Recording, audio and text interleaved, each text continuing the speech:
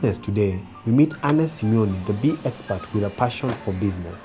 He introduced the modified Langstroth beehive in Kenya in 1994 and started African Beekeepers Limited in 2001. We manufacture and supply all the beekeeping equipment, that is the beehives, the supers, and all the related parts for the beehives. We then also supply the beekeeping kits, which are the outfits that people wear to protect themselves, the protective clothing for bees. I have developed a very affordable honey extracting line of equipment, which we sell. That is the honey extractors, the centrifuge machines, and decapping equipment. Ernest was previously involved in agricultural equipment that had nothing to do with bees. So, where did his business idea come from? The idea was a bit of a fluke over an idea. In fact, the whole idea came from my wife, who thought it was a good idea to buy and sell honey, export honey, which we thought at the time was available in abundance.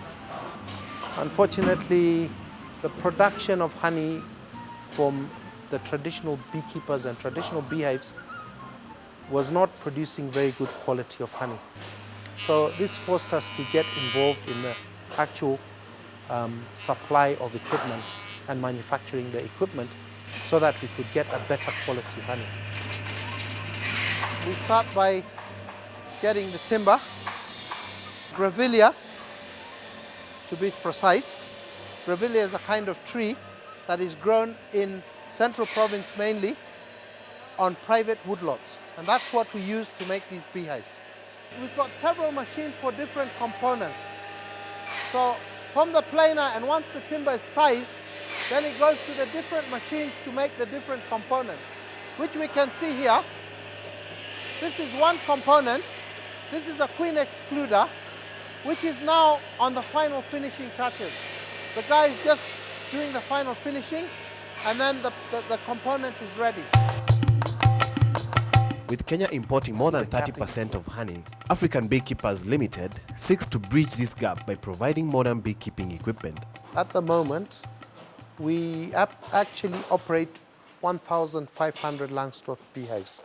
Now, these beehives are scattered in different areas of this country, different locations, and the reason we've done this is because of the different seasons and the different kind of vegetation in these kind of areas. Ernest, a self-taught entrepreneur, has a hands-on approach in his business and also believes that having your own secrets in operating a business is essential. The key thing that I have myself is that I'm a hands-on guy, I'm a technical guy. For instance, one of the machines in my factory breaks down, I can repair it, basically. So the thing is, I'm able to do all these things, and which is important on a business like this. His strategy in marketing is interesting but vital. In Africa, you market things that people can see. So our challenge here is to sell people beehives and to try and get them to work. And when people see the honey coming out of these beehives, then they start talking. And the word of mouth plays a big part in our marketing. Starting this business was not easy, but this self-trained entrepreneur has discovered his way of sustaining and expanding his business. Financing from financial institutions has been like, no way. I mean, it doesn't happen because people don't think that beekeeping is anything to reckon with. So basically, we've been going on with our own financing, and that's what I've been doing now for the last good 10 years, is whatever profits I make, I plow back into the business. A lot of people want to take shortcuts in this business. So we have an upper hand on that because we stick to our quality of products, we stick to whatever we do it right.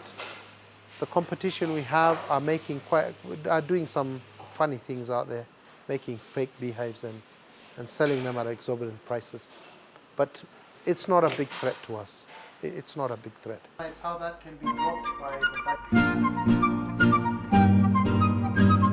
What makes him so successful? Working with bees is quite a lot of work, and we work very hard. We have a very good team of people here that we work together, and there must be 100% commitment in what we do.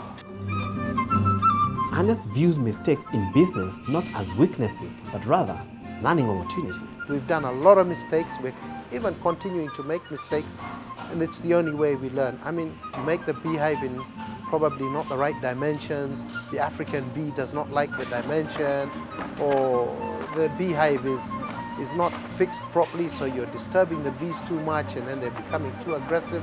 Yeah, so we have to basically reinvent the wheel, and yeah, mistakes are to be made.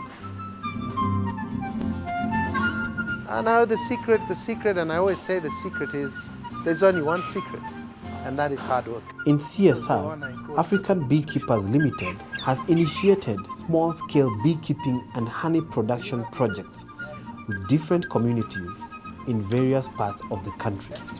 We actually train them so that they can get to produce this honey, because we want them to make money from the honey.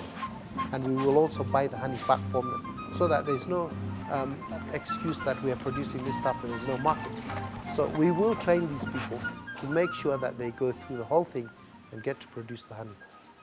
A word of encouragement to fellow entrepreneurs. Business is hard. We just have to be persistent and keep on at it. You can't just expect a return on your investment in 1 year. I would say maybe 3 to 4 years is when you start getting your return on investment. Ernest has a dream to take this industry to the next level in technology to produce high-quality honey. This is all honey, look. The future plan of African Beekeepers is a major plan, but I would like to see myself building my own factory, ultra-modern, super modern, and dealing with 200 tons of honey per year. That is the plan.